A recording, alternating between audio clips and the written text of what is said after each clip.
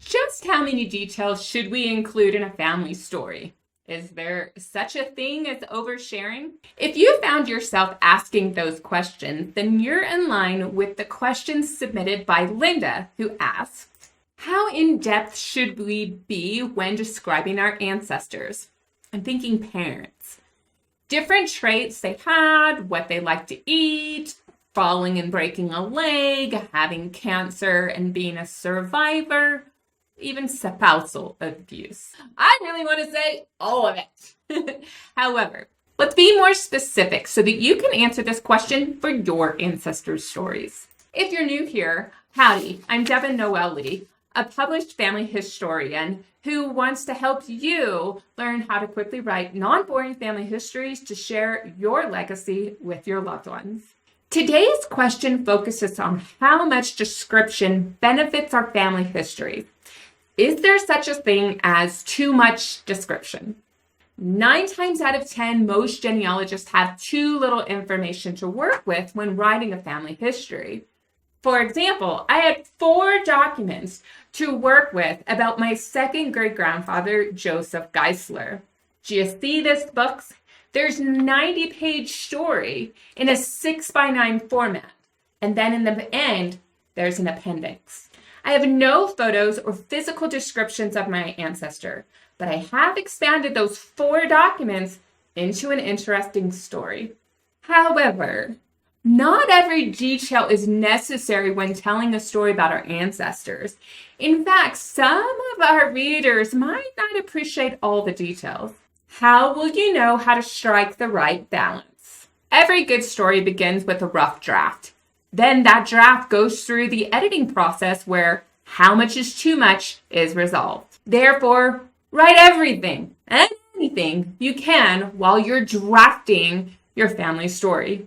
You will not know which details matter most unless you give them a chance to shine in your story. For instance, my father had leg surgery in the 1980s.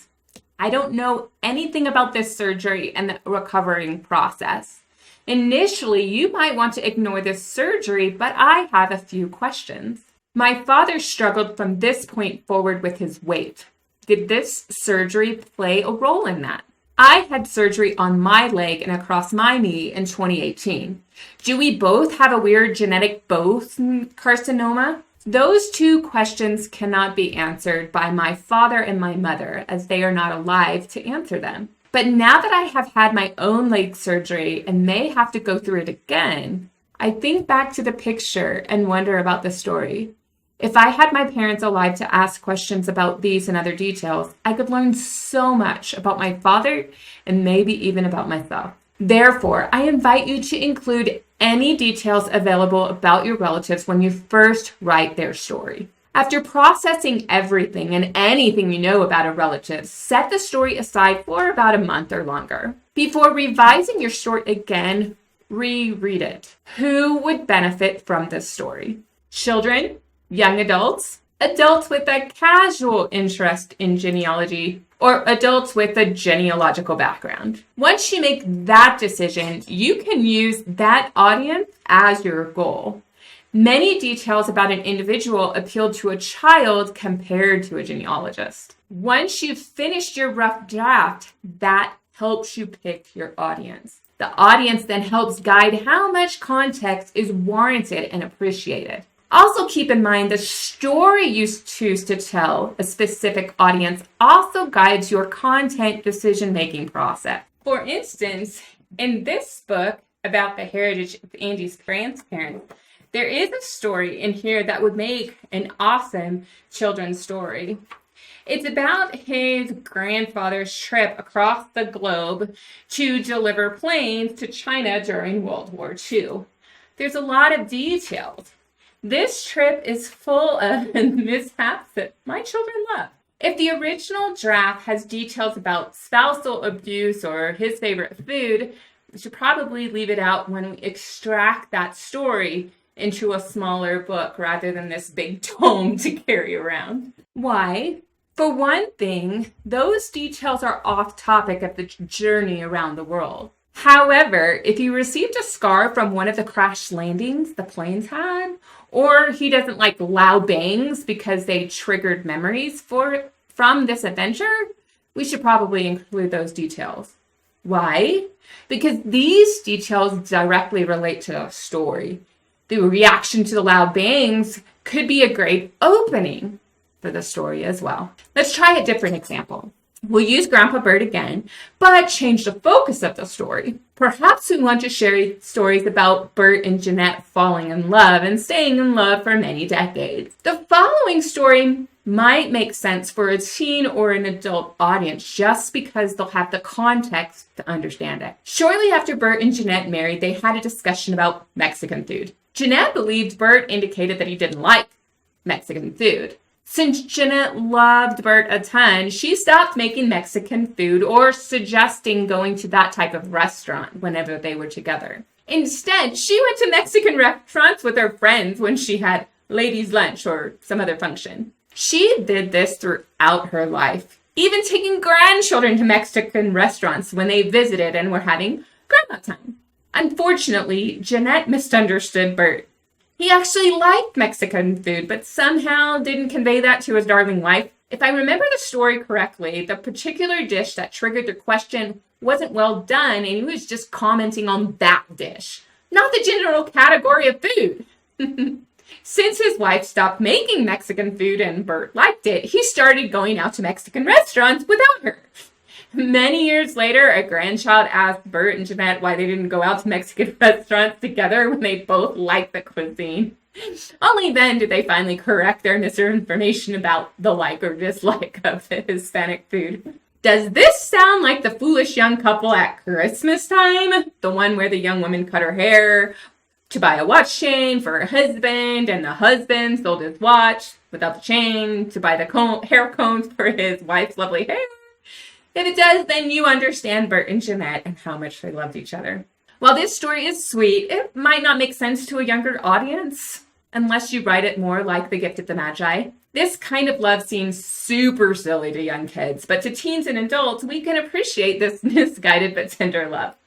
Many people know or have read stories about such couples, and to be honest, there are a lot of lessons to be learned from such couples. How many more details are needed in this story about Bert and Jeanette? Any relevant examples of when they were out separately instead of talking to each other? More details about the specific grandchild and her conversation with her sweet but silly forebears. But again, the story shouldn't necessarily go into details about war scars or traveling around a globe in broken down planes. Revise your story to meet your audience and stay on topic, and you'll have the confidence to share the right amount of details. Before we discuss details in sensitive stories, if you find the previous advice helpful, please click the like button and subscribe to this channel. Then leave a comment or a question about how you are balancing the details in your stories. Now let's talk about sensitive stories, namely abuse, divorce, alcoholism, neglect, racism, slavery, and so on. Would you include a favorite meal in a story about an abusive ancestor? No and yes. When you're retelling a story about a specific abusive situation, unless food was involved in the interaction, leaving that detail out is ideal. However, if you're telling an overall story about someone who abused or was abused, details about their personalities and interests, including favorite foods and scars and so forth, tells a more rounded story. Additionally, since food can play into abusive stories, that detail might be insightful.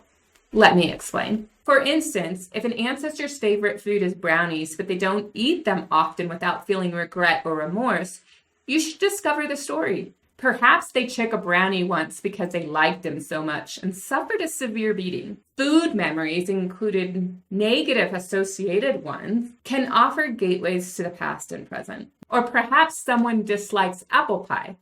Perhaps their abusive mother would bake apple pies after inflicting physical pain as a way to make things better.